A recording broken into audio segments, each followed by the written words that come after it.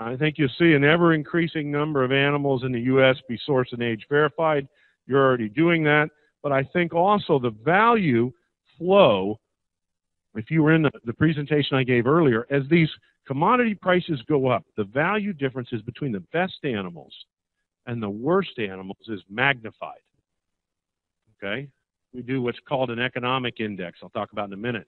As the price of animals goes up, that economic index widens because the reality is the difference between our best animal and our average animal is wider on their profitability. As that happens, you're going to see people, feedlots and packers, increasingly want to incentivize us to produce the better ones rather than the average ones. And I think the real game changer on that's the DNA technology. Okay, DNA has been one of those technologies. They have a saying about Brazil that Brazil is the country of tomorrow, and it always will be. Okay, it's kind of a slam on Brazil, right? DNA is kind of like that technology-wise. DNA is the technology of tomorrow, and some people say it always will be. But the reality is, we're finally coming around the corner on that DNA. Okay, how many of you are in the dairy business? There are not very many dairy people in here. Handful, right? So in the dairy business today, DNA is having a huge impact on how new sires are being selected.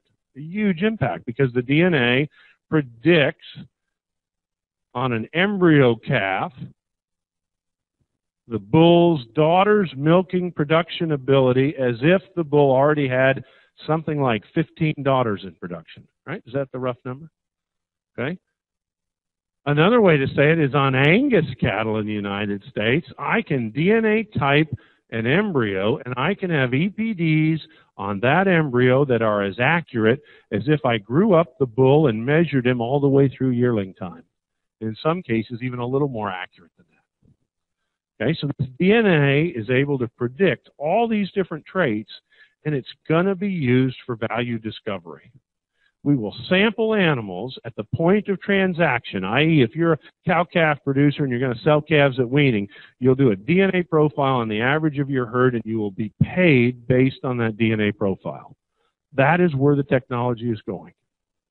You might think that it's going to be just used for seed stock. Trust me, there's no way that seed stock breeders are going to pay for the R&D that's going into this. It will be used for value discovery transactions as animals are traded. And those value differences will be larger and they'll justify it. And so the reality is when that happens, okay, think of the paradigm shift here today.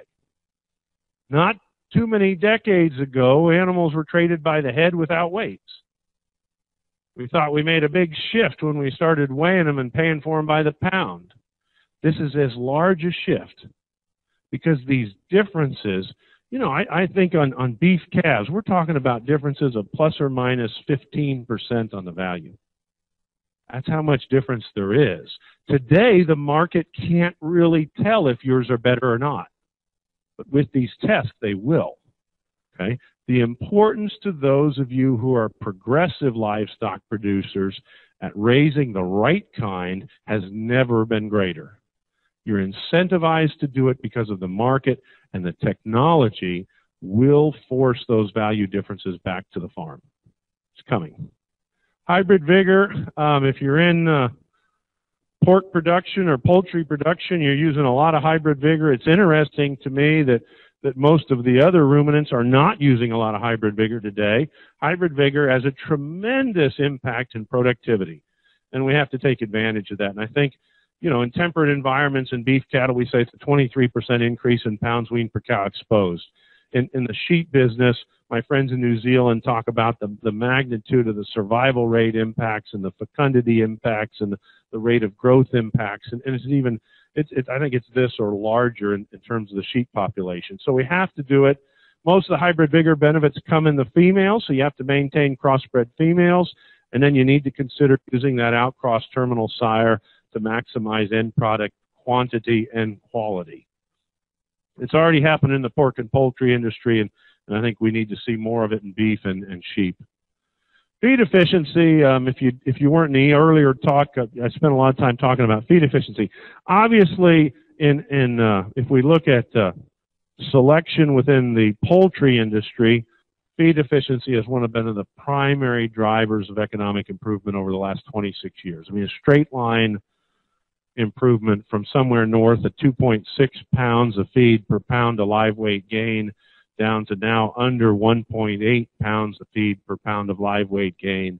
You know, we all think when they get close to 1, it'll stop, right? We won't have a chicken eat a pound and grow 2. That would be unusual. But, you know, so maybe we'll start to catch up with them, right, because they'll stop improving. But the question is, how far can we move these ruminants? With feed costs going up, this is an important trait. We need to measure it. We need to find the animals that do it. We need to simply select the animals that eat less and grow more. I think that's where the trend will go.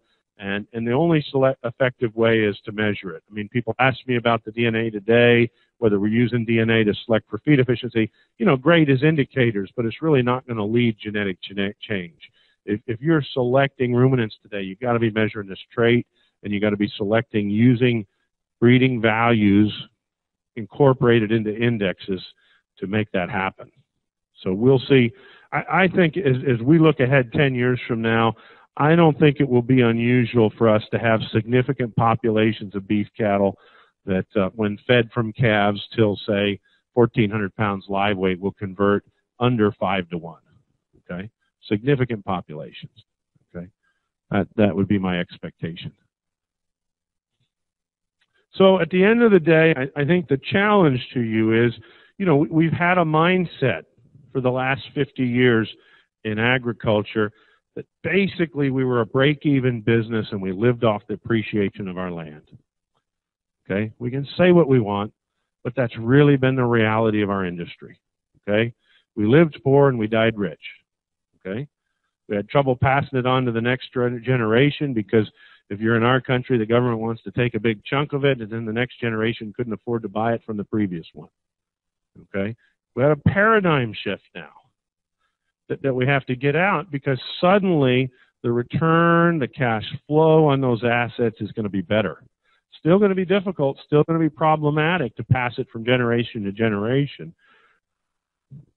The key to doing so, in my opinion, is that we have to take advantage of best technology, best management practices, because the difference historically between best and average might not have made that big a difference. But in the new paradigm where demand is going to be this high and the product price is going to be this high, everybody's going to be profitable. But the difference between being average profitable and top 10% profitable will be the difference between accumulating equity and passing on your operation to the next generation or not. Okay? This guy in the United States that wrote this book, Good to Great, he had a nice quote. He said, "Good is the enemy of great." Think about that. They studied all these companies that had historically had tremendous performance in terms of profitability. And they said the one thing that they identified in those companies that were great over long periods of time is they were unwilling to settle for good. Okay? There's going to be a big temptation in your livestock operations to settle. Because by historical standards, you're going to make more money than you used to make. Okay? And you're going to think that maybe you could get by doing less. Okay? Because it'll be easier to cash flow and be profitable doing less. But in these businesses we're in, where we're in it for a long period of time, the difference between seeking great and settling for good could be the difference between whether or not the next generation stays on your farm. That magnitude of difference. Okay? So it's a big thing. It's an important thing. I challenge you guys as individual producers to think about that and to put into place the best that you can do, to not settle for just being good. Open for questions.